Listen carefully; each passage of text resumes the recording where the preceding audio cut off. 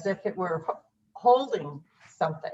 So it's very malleable.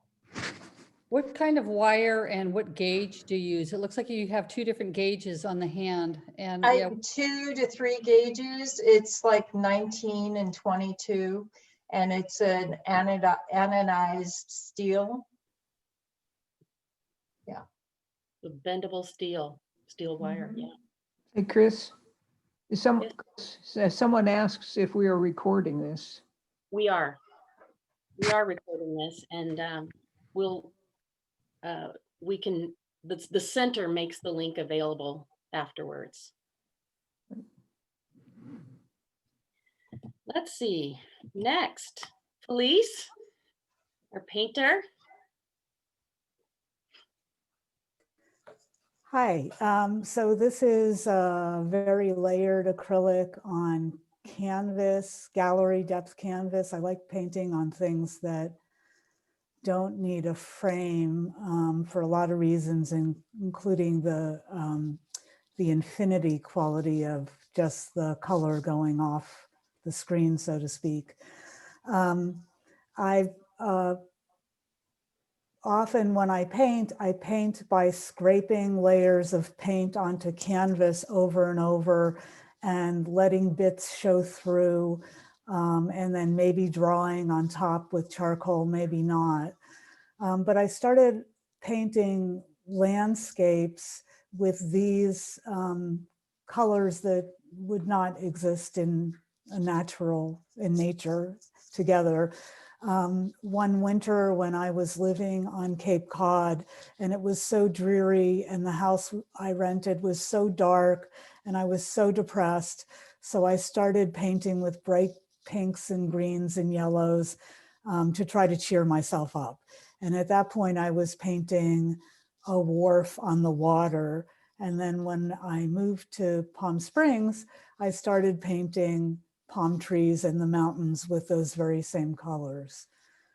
You can see where the layers are showing through on the left-hand side and also on the right on the edges of the trunk of that palm tree. Yeah, love the smudges. Yeah. Come back with comments. Okay. So this is called Two Thoughts. And it's charcoal drawing on a wood panel with acrylic paint. And it was from a drawing that I did in Mexico City a couple summers ago. I started drawing these flatheads, these characters, I call them flatheads because they have flat heads, maybe 6 years ago or 7 years ago, maybe even longer. And they're little characters that I identify with. There's a lot of me in them. They always have kind of mixed up secondary sex characteristics and often mixed up first sex characteristics. They might have mixed up genitals and breasts or chests. Sometimes it's combining different elements of different genders in the same figure so that someone with big breasts might also have hanging genitals. And it's a gender that I identify with really strongly. I mean, it's maybe this is my spirit animal, the little flathead with the mixed up genitals. It's not meant to be androgynous. It's not meant to be ungendered. It's very gendered. It's just not fitting into, particularly man or woman. I also like them being a little bit whimsical in their expressions. Yes, me too. And this is a flathead in spite of the spiky hair. This was also from a drawing done in Mexico City from an arts and culture center on Avenida Francisco Sosa in Coyoacan. And we were there for a month or something. And there just so happened to be a dance workshop happening with a style of dance that my partner, Constance Claire Newman, is very familiar with and loves very much. And so she was taking the workshop and I was sitting in the back sketching. And of course, this figure is not meant to be representational of Constance Clare Newman, although the gesture with the leg and the arm and the elbow came specifically out of the dance I was witnessing. There's a comment, Felice, really love these drawings. Thank you. Thank you very much. I really love the layering of your work. I strive for that in my own, and I learning from your pieces. A lot of times I use a credit card or a snipped up piece of credit card or a palette knife, but not in the way I think that classical artists use palette knives. But I might put blobs of paint, different colors, almost arbitrarily, and just start scraping to create that first underlayer. And then in the end, I would be using a brush to paint the final colors, and never going for 100% coverage. There's always some of that previous color showing through somewhere. Do you plan your composition in advance? Sometimes, and sometimes I plan it in advance and it just doesn't work out, and so I turn it into something else. And sometimes which artist couldn't say that? You know? Yeah, right, exactly. And sometimes it's just the hash marks of big color underneath, layer over layer over layer, will suggest a shape. And then in the end, I might draw with charcoal on top of all of that. And that's what I did here too. Okay, yeah. So Felice, Yeah. I love the energy in this piece. I've seen it many times, that every time I look at it, I get a sense of this marvelous energy flowing. And so congratulations on capturing that. It's super, just super. Thank you. Thank you. Thank you. I like that your work shows some courage, and there's nothing diminutive about it. It's sort of out there, and it's refreshing when people feel that, have that kind of confidence. Thank you. Yeah, great comment. Yeah. Thank you very much. All right, we can talk about all this at the end too. Kai, you're up next. Photographer and a cellist and composer. She's trying to get off mute. Can't hear you, Kai.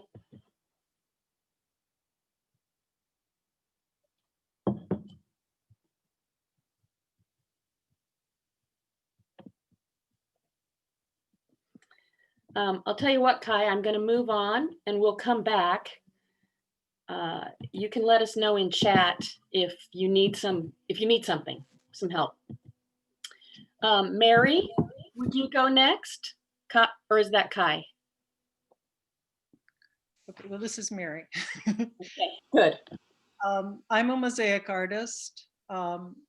This first piece is, she's part of a series I did for the Chinese zodiac.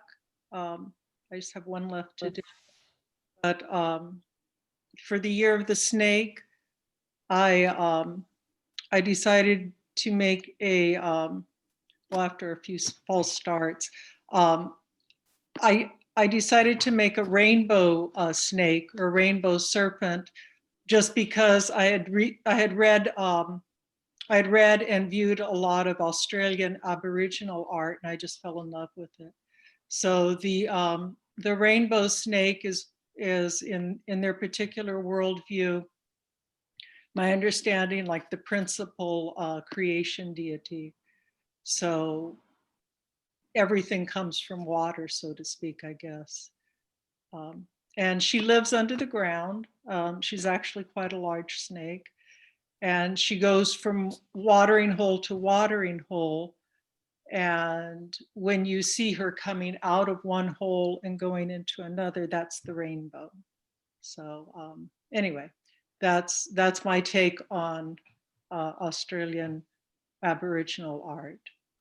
And it's also for the year of the snake. This, and then move, yeah, and then keeping with the water, move on to the shark. And this is my shark. The next two pieces are part of my Keystone Species series.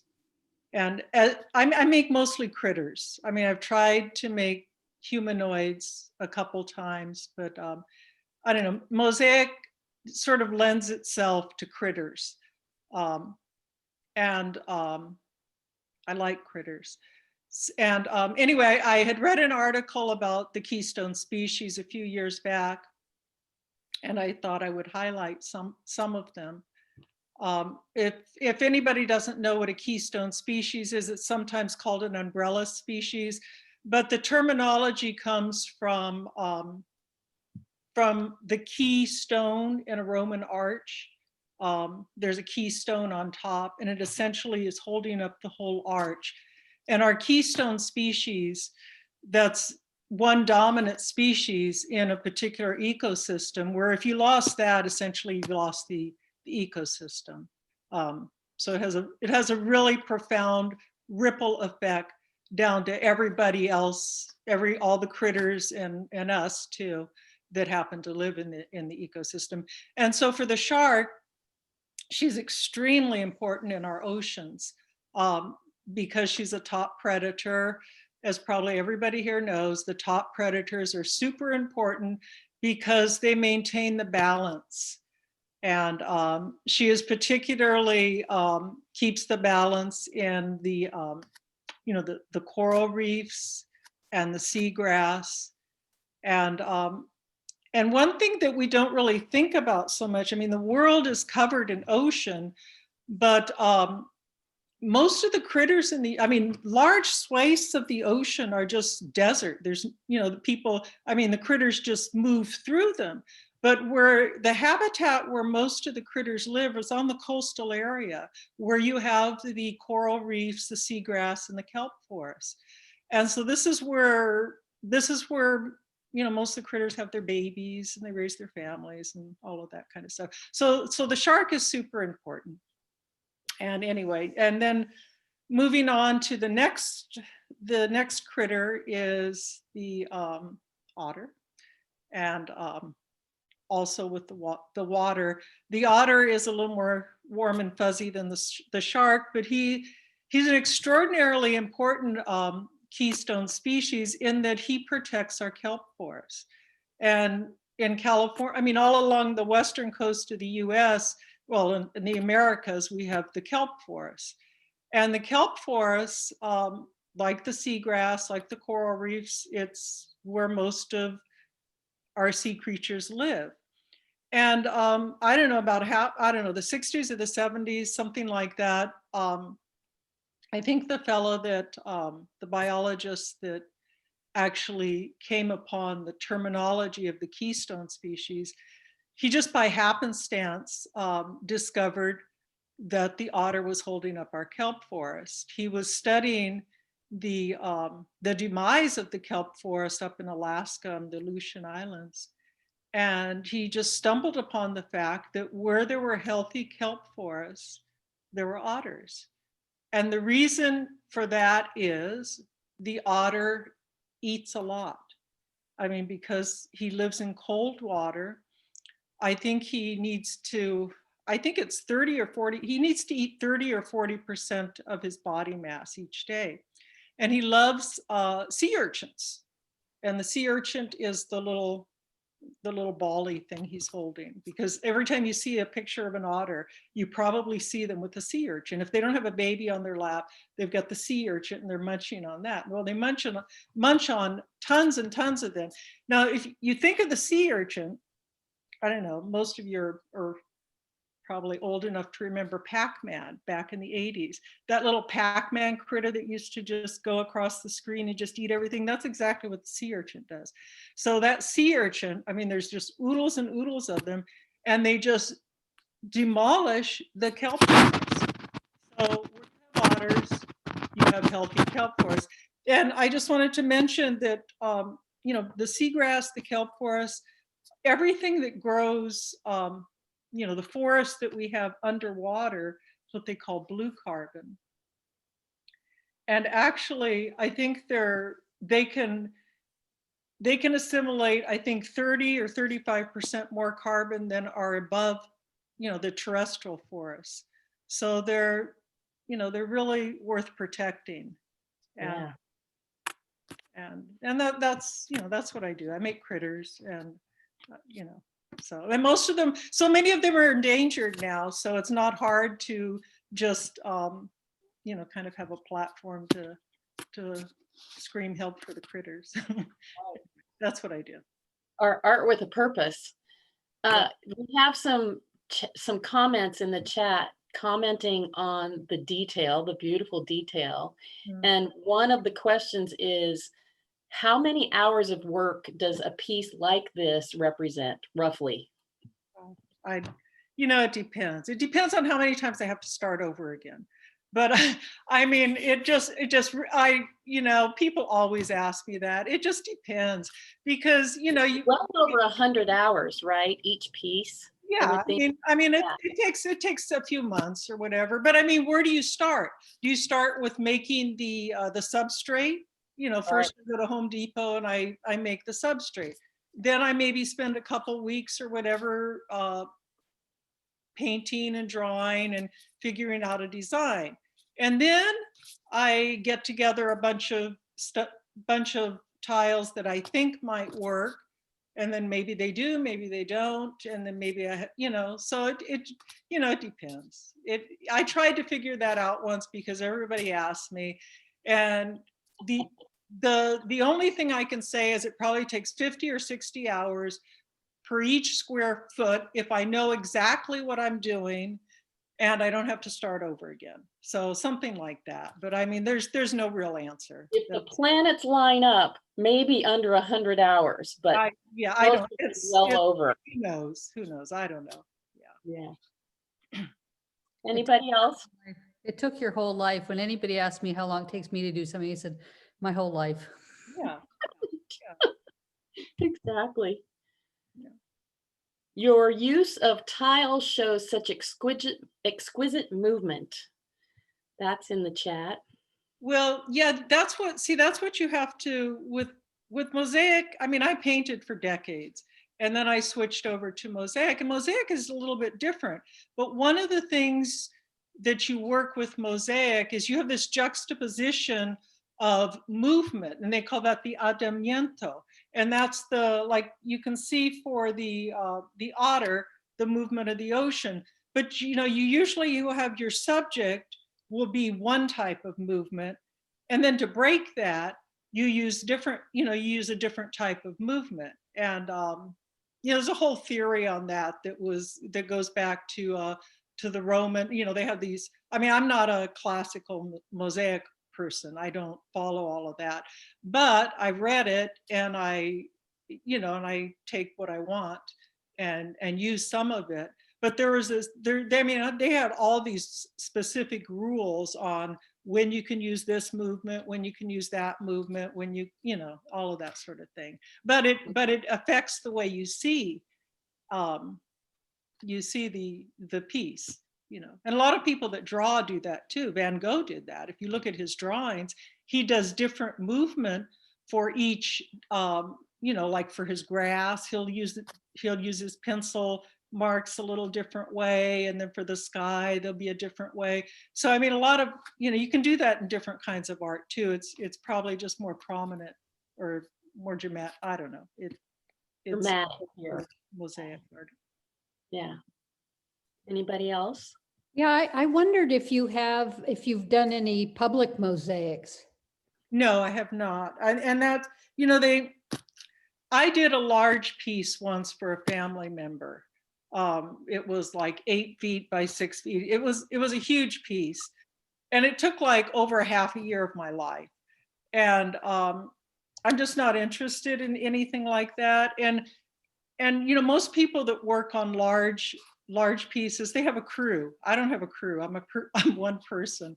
Right. So it's and besides, I got terribly bored with it by the time I finished it, and it wasn't something I really wanted to do, and I'm just too old to do anything I don't want to do anymore. So, you know, it's not something that interests me. Okay. Yeah, but thank you. And anything large gets very, very heavy. Gets heavy right away. Oh, yeah, yeah. Well, if you do public art, you're doing it out wherever it's going to be. And Yeah. yeah, or you're doing part of it in a large studio and then Even you're these rolled pieces are, up. they're fairly heavy compared to, Yeah. you know, that size of something else for the wall. That is correct. Yes. You know, Mary, your Yes. mention of a crew reminded me of Nikki D. St. Phal. Do you know the Tarot Garden in Tuscany, which is you do or you don't? You know, No, I do not. I'll send you a link because it's all mosaic creatures. There used to be one around here, Callisto's Garden, I think. One of her installations, but she did this over many, many years of her life and had an enormous crew. Yeah. Anyway, I'll send you the link. Okay, Does thank you. anybody else know the Tarot Garden? No? Okay. I'm going to call on Michelle. Michelle, get ready to unmute. I've seen a bunch of photos of Michelle's. There's a big mosaic park in our Right. town somewhere. Yeah, I think it was Encinitas. So fairly close, good little day trip. Yeah. And as far as I know, it's still there. It's gorgeous. Covered in mosaic. The fences, the sculptures. Yeah, yeah. Yeah. Hundreds isn't of called- thousands. It isn't called Callisto's Garden by any chance, is Yeah, it? that's That's it. That's Nikki Yeah, St. Phal. that's it. And it's a huge installation, and it's you walk into it, you're in it, it's all around Right. you, and then within it are all her sculptures as well, and it's the whole wall surrounding it is, yeah, it's pretty spectacular. Yeah, Quite now it's the same artist. Right. and- Yes. Enormous labors of love. Yeah, I mean, we got such a huge appreciation. I mean, when I'm looking at Mary, your work, and I was just like, whoa, because the detail work on your pieces are just like, I can't even imagine, like your little tile. I mean, you must cut your tiles too. And I mean, just looking at the otter right now, just like where the whiskers are, you actually managed to make it look layered to me, like 3D, But yeah, so I have after seeing yours, and then it did make me think of that place that we went, and I was like blown away by that too, just the detail. And I could appreciate what you said about the time that it would take to do something like that. I'm like right there with you on that. So thank you. Kai, I just wanted to say one more thing. That Callisto Garden, I think, is in Escondido, and it is really great. thank You're you. right. You're right. I get those two mixed up all the time. Yeah, yeah. Yeah. Thank you. Say again where it is, Susan? It's in Escondido. Yeah. Escondido. Thank you. I must get there. Yeah, it's definitely worth seeing. Kai, are you ready? Should we go back? Can you hear me? Yeah. Yeah, Oh, good. got it. Let me click, and here we go. Okay. So I am a cellist and a composer for many years. I just did that. And then one day somebody handed me a camera and I just fell in love with the medium. And I think two things, there's many parallels between obviously art and music. There's color, there's movement, there's texture and line. But the advantage of photography is that it's immediate. Like as a composer, it's hard for me. I need musicians to play my pieces, and that costs money and all that sort of thing. So with photography, it's lovely to be able to just take photographs and then there they are, and you can print them. So, so when I started taking photography, I was doing photography. I was really interested in nature photography, but also abstract nature photography. So because nature is always changing and the way we look at it and so on and so forth. So this photograph is actually some leaves, and it was taken with a special feature on my camera, which allows me to take 10 shots within a second. Just goes blah, blah, blah, really fast. And so and then you have to experiment about how to move the camera, how long between each shot, and so on and so forth to get the effect that you want. So it takes practice. It takes a lot of experimentation. And of course, lots of shots are no good. But anyways, these are just autumn leaves, but they kind of remind me of fire and just the way that the wind moves the leaves in the fall, and so on. So, okay, next. So this is not abstract. This is pretty clear. It's a flower, obviously, but I was drawn to it, of course, because of its kind of Georgia O'Keeffe connotations. It's a canna leaf. It was taken in Hawaii, and I actually did a whole series of photographs on canna leaves that I'm working on now, because they're really beautiful, and they all have different colors. And one of the reasons that I was photographing them so much was that they were so beautiful, and they were just on this street, you know, in these concrete boxes, and here were these beautiful things, and people weren't looking at them. And so I think that's one thing that photography does, hopefully, is draw attention to what's out there, you know, the beauty that's just around us. And because even when I was taking these photographs, like, people were walking by and I was like contorting myself to get the right shot, and people just didn't look at the flowers or the leaves. Anyway, the next one. Yeah, so this is again the first technique that I used with the 10 shots, and again I wanted to create sort of well, like an impressionistic feeling, sort of a soft feeling, also a feeling of movement, because flowers aren't static, and so you know, it took me quite a number of shots to get this feeling of movement and color and so on. So that's it. I love how painterly they are, and the streaks and the fuzzy, you know, the mistiness. Ah, just lovely. I've got a question about this one. Was this, did you get the painterly effect post-process, or was that an in-camera thing like you've described? No, it was in camera. In camera. Oh, Yeah. Perfect. Mm-hmm. It's part of that double exposure, isn't it? The laying over of those images creates that texture. Yeah. I mean, if you look closely, the stamens, you can see the stamens are repeated more than you would normally see them. Yes. Yeah. Well, and back here too, these are the veins of the leaves that are creating these black streaks. Yes. Yeah. Yeah. Mm-hmm. It almost looks like a campfire, you know, when you go camping. Yeah. Yeah. It is like struck me like a fire. Yes.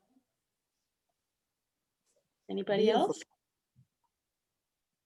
Yeah, Kai, on the second one, the Cana, I would love to see this turned 90 degrees and see what it would look like on a horizontal rather than a vertical. Mm-hmm. Yeah.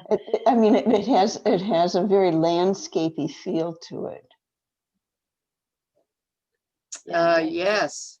And even though it's static, all those leaves create so much movement that in any direction it would have a flow. Yes. Yeah. Mm-hmm. Very nice, Kai. Thank you. Yes. It does. I mean, it is obviously a reference to our female anatomy. Yeah. Yes. Very Georgia O'Keeffe in that respect. Yeah. Yes. Okay, let's see where we are. We're near the end. I'm at the end. This is a cyanotype, which is blueprint chemistry for photography and for photograms. This is a photogram. Blueprint chemistry is light sensitive, sun sensitive. Here we can work outside. Someplace far north, like where Linda and Kai are, you probably have to have some kind of light setup.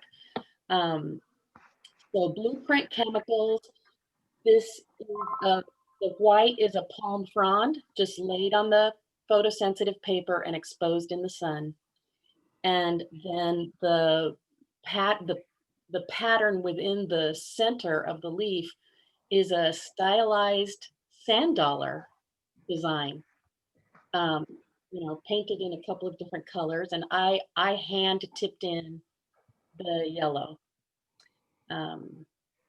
And I have printed it on canvas, and it's just as beautiful on canvas as the original. Love it. This is a collage. So I am originally a photographer, but I filled up mine and everybody else's walls. My family is overrun with photos, and so are many of my friends. And so, you have to find a way to keep working. And so I started making books and doing a lot of collage. And this is kind of an O'Keeffe take on, for me too. I call this O'Keeffe in Palm Springs because of the colors.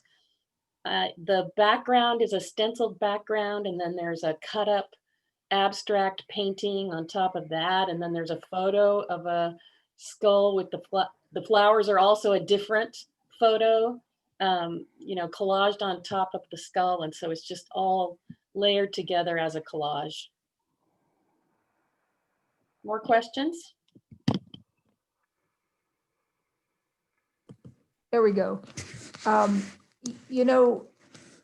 Chris, I long for the day that we can get together in person, because I really would like to see the collage and the depth of it, the three-dimensionality of it. Yeah. And I just got it, by the way. I just got it, how this is O'Keeffe in Palm Spring on a kind of the color. Of course, if it were O'Keeffe in Santa Fe, it would be very different colors. Right. Right. And I love this cyanotype process. I just love this, the Prussian blue, the shades of Prussian blue that come out with blueprint chemicals. And the fact that you have so much range, you can use, I have to make negatives of my photographs to do a photograph, or, any kind of shape that you lay on the paper comes out. I have to tell you, as a former chemist, I appreciate your appreciation of the chemistry. Somebody asks you, can you do much larger sizes? Yes, I belong to an online group, and they are doing tarp sizes, and then laying bodies on those tarps and doing huge, mural size or big tapestry size cyanotypes. So yes. it really is just a matter of how big a piece of whatever you can sensitize with that chemical layer. That's right. The beauty of cyanotype chemistry is, well, just like any liquid emulsion, right? So photographers, you see a lot of silver gelatin prints in fine Right. art. That is also liquid chemistry. So any kind of photosensitive liquids you can put on tile, wood, fabric. A lot of them are done on fabric. I'm doing mine on cotton paper. And Chris, I have a technical question. Do you put fixative on these? Do you varnish them? How do you finish them? Or are they just raw paper, or what? All of that.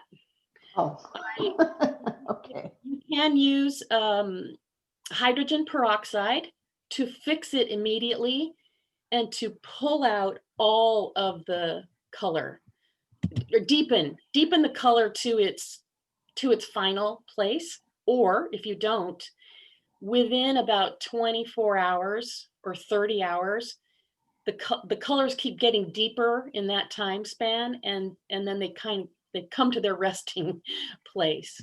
I do varnish the final, once I'm truly done with it, I varnish the finished pieces. Very good. I'm going to sit here on the end page for a bit. If anybody wants to take down contact information, if you want to back up and ask some questions of people, please do. Just jump in. We're hoping that we get some new members out of this show too. So just to let people know that I've posted that list on the chat, so it's easy for you to copy and paste it if you want to. Yes, thank you, Linda. Oh, good. Thanks, Linda.